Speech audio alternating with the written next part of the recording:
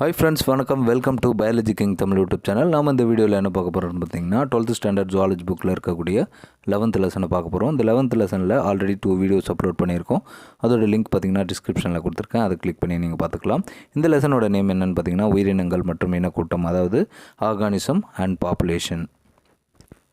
இந்த கொஷின்ஸ் யாருக்கெல்லாம் யூஸ் ஆகும் அப்படின்னு பார்த்தீங்கன்னா UGT of zoology, PGT of zoology, NEET, TNPSC, NET, SET போன்ற தேர்வு எழுதுறவங்களுக்கும் 11th மற்றும் 12th படிக்கக்கூடிய மாணவர்களுக்கு இது 100% மார்க் எடுக்கிறதுக்கு ரொம்ப யூஸ்ஃபுல்லாக இருக்கும். இந்த கொஷின்ஸ் வந்து பார்த்திங்கன்னா சயின்ஸ் குரூப் படிக்கிற மாணவர்களும் படிக்கலாம், பயோமேக்ஸ் படிக்கக்கூடிய மாணவர்களும் படிக்கலாம். வாங்க கொஷின்ஸ் பார்க்கலாம்.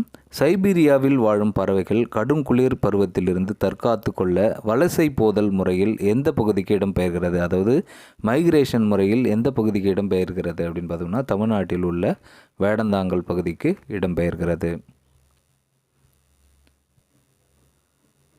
இயற்கையான சூழலில் விலங்கினங்களின் நடத்தை குறித்து படிக்கும் அறிவியல் பிரிவிற்கு என்ன பெயர் அப்படின்னு பார்த்தோம்னா ஈத்தாலஜி, அதாவது நடத்தையியல்.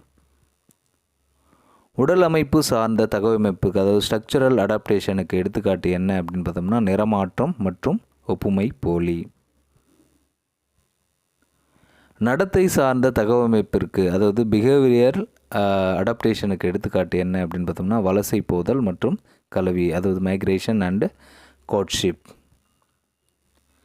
உடற்செயலியல் சார்ந்த தகவமைப்பிற்கு, அதாவது ஃபிசியாலஜிக்கல் அடாப்டேஷனுக்கு எடுத்துக்காட்டு என்ன அப்படின்னு பார்த்தோம்னா குளிர்கால உறக்கம் மற்றும் கோடைக்கால உறக்கம், அதாவது ஹைபர்னேஷன் அண்ட் ஈஸ்டுவேஷன். மீன்களின் இடுப்பு துடுப்பு, அதாவது பெக்டோரல் ஃபின்ஸ் மற்றும் முதுகு துடுப்புகள் டார்சல் ஃபின்ஸ் எதற்கு பயன்படுகிறது அப்படின்னு பார்த்தோம்னா நீந்தும் போது சமநிலைப்படுத்த, அதாவது ஸ்டெபிளைசர் ஆர் பேலன்சர்ஸ். மீன்களின் வால் துடுப்பு எதற்கு பயன்படுகிறது? திசை மாற்றியாக, அதாவது சேஞ்சிங் த டைரக்ஷன். மீன்களின் படகு போன்ற உடல் அமைப்பு எதற்கு உதவுகிறது அப்படின்னு பார்த்தோம்னா நீரில் வேகமாக நீந்த உதவுகிறது, அதாவது ஸ்விட் மூமெண்ட். மீன்களின் உடலில் உள்ள தசைகள் தொகுப்புகளாக இருப்பதற்கு என்ன பெயர்? மயோட்டோம்கள். மீன்களில் உள்ள மயோட்டோம்கள் எதற்கு பயன்படுகிறது? இடப்பெயர்ச்சிக்கு பயன்படுகிறது. நீரில் கரைந்துள்ள ஆக்சிஜனை சுவாசிக்க உதவுவது எது? அதாவது மீன்களில் பார்த்தோம்னா நீரில் கரைந்துள்ள ஆக்சிஜனை சுவாசிக்க பயன்படுவது எதுன்னா மீன்களின் செவில்கள். இந்த கொஷின் வந்து நீரில் கரைந்துள்ள ஆக்சிஜனை சுவாசிக்க உதவுவது எது அப்படின்னு கொடுத்துருக்கோம். இது வந்து நம்ம மீன்களை பற்றி பார்க்குறதுனால நான் அப்படியே அந்த கொஷினை கொடுத்துட்டேன். அதை மட்டும் நீங்கள் மாற்றி, அதாவது மீன்களில் நீரில் கரைந்துள்ள ஆக்சிஜனை சுவாசிக்க உதவுவது எது அப்படின்னு பார்த்தோம்னா செவில்கள், அதாவது கில்ஸ். மீன்களில் காற்று நிரம்பிய காற்றுப்பைகள் எதற்கு உதவுகிறது? மிதவைத்தன்மைக்கு, அதாவது பயோயான்சி. மீன்களில் அழுத்த உணர்வேற்பியாக செயல்படுவது, அதாவது ரியோ ரிசப்டாராக செயல்படுவது எது அப்படின்னு பார்த்தோம்னா பக்கக்கோட்டு உணர்வு உறுப்பு, அதாவது லேட்ரல் லைன். மீன்கள் எந்த உறுப்பின் மூலம் நீர் மற்றும் அயனிகள் சமநிலையை பேணுகின்றன அப்படின்னு பார்த்தோம்னா கழிவு நீக்க உறுப்பின் மூலம், அதாவது எஸ்கிரேட்டரி ஆர்கன். ஒட்டகங்கள் உடல் எடையில் எவ்வளவு நீர் இழப்பை தாங்கும் திறன் பெற்று இருக்கின்றன அப்படின்னு பார்த்தோம்னா 25% நீர் இழப்பை தாங்கும் திறன் பெற்றிருக்கின்றன. இது எப்படி தாங்குது அப்படின்னு பார்த்தோம்னா அடர்த்தியுள்ள சிறுநீரை உருவாக்குவதன் மூலம் நீர் சமநிலையை பராமரிக்கின்றன.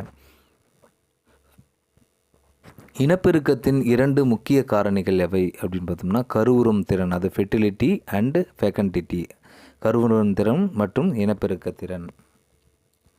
பிறப்பு வீதம் ஈக்குவல் டு டேஷ் என்னன்னு பார்த்தோம்னா பிறப்பு வீதம் ஈக்குவல் டு குறிப்பிட்ட காலத்திய பிறப்பு எண்ணிக்கை டிவைடட் பை சராசரி இனக்கூட்டம், அதாவது ஏவரேஜ் பாப்புலேஷன். இந்த மாதிரி ஃபார்முலாலாம் நம்ம எக்ஸாமில் கேட்குறதுக்கு வாய்ப்பு இருக்குது. அதனால் உங்களுக்கு பெரிய கொஷினாக இருந்தாலும் பரவாயில்லன்னு கொடுத்துருக்கேன், படித்து வச்சுக்கோங்க. இறப்பு வீதம், அதாவது மார்டாலிட்டி ரேட், அதாவது பர்த் ரேட்டு, மார்டாலிட்டி, அது முன்னாடி பார்த்த கொஷின் வந்து பர்த் ரேட்டு, இது வந்து பார்த்திங்கன்னா மார்டாலிட்டி.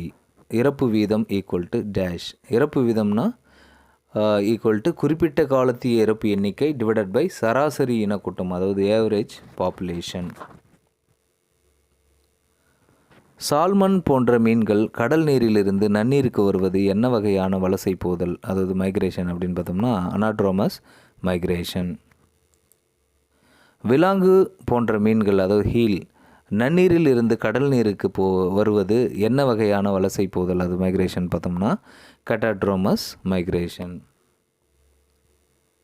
பெரிய மற்றும் சக்தி வாய்ந்த ஒரு சிற்றினத்தை சேர்ந்த உயிரினம் எந்தவித பலனும் பெறாமல் மற்றொரு சிற்றின உயிரினத்துக்கு கேடு விளைவிக்கிறது. இதற்கு என்ன பெயர் அப்படின்னு பார்த்தோம்னா அமென்சாலிசம் என்று பெயர், அதாவது கேடு செய்யும் வாழ்க்கை. எக்ஸாம்பிள் பார்த்தோம்னா யானையின் கால்களில் அழிக்கப்படும் சிறிய உயிரினங்கள் தான் இதுக்கு எடுத்துக்காட்டு. 2 வெவ்வேறு சிற்றினத்தை சேர்ந்த விலங்கினங்களும் ஒன்று மற்றொன்றால் பயனடைகின்றன.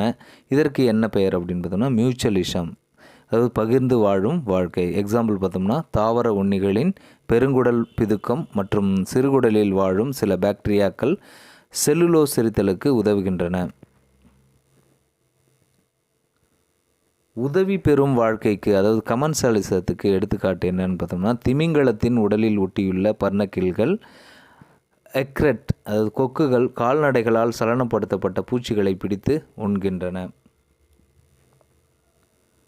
குறைவான தகவமைப்புகள் உடைய அல்லது குறைவான வண்ணடத்தை உள்ள உயிரினங்கள் சவாலை சந்திக்கும் சூழலுக்கு தள்ளப்படுகின்றன.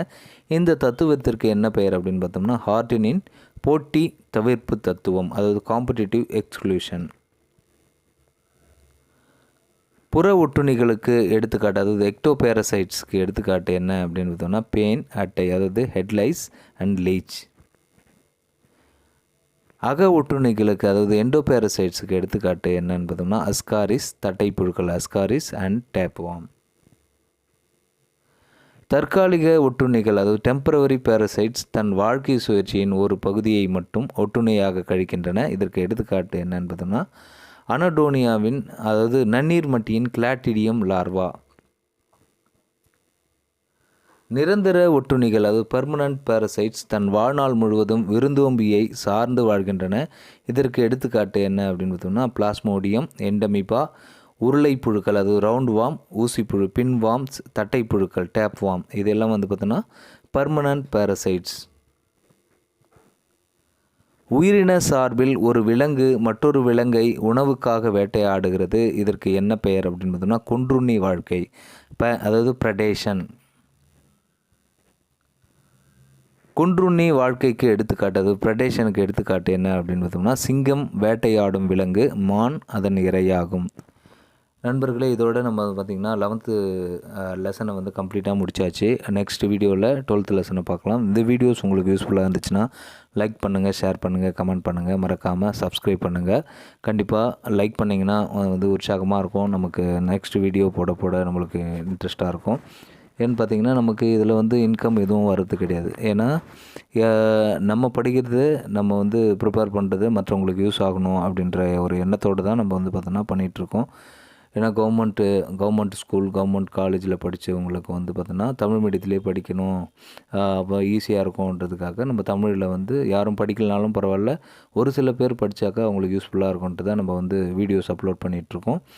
இது உங்களுக்கு ரொம்பவே யூஸ்ஃபுல்லாக இருக்கும்ன்ட்டு நான் நம்புகிறேன். சிலருக்கு நிறைய பேருக்கு வந்து பார்த்திங்கன்னா நிறைய ஆசிரியர்களுக்கு வந்து இது ரொம்பவே யூஸ்ஃபுல்லாக இருக்குது அப்படின்னு சொல்லிட்டு நமக்கு வந்து கமெண்ட் பண்ணியிருக்காங்க. அவங்களுக்கு மிக்க நன்றி. நம்ம சேனலை சப்போர்ட் பண்ணுறதுக்கு ரொம்ப ரொம்ப சந்தோஷம். நன்றி நண்பர்களே, மீண்டும் அடுத்த வீடியோவில் சந்திக்கிறேன். நன்றி, வணக்கம்.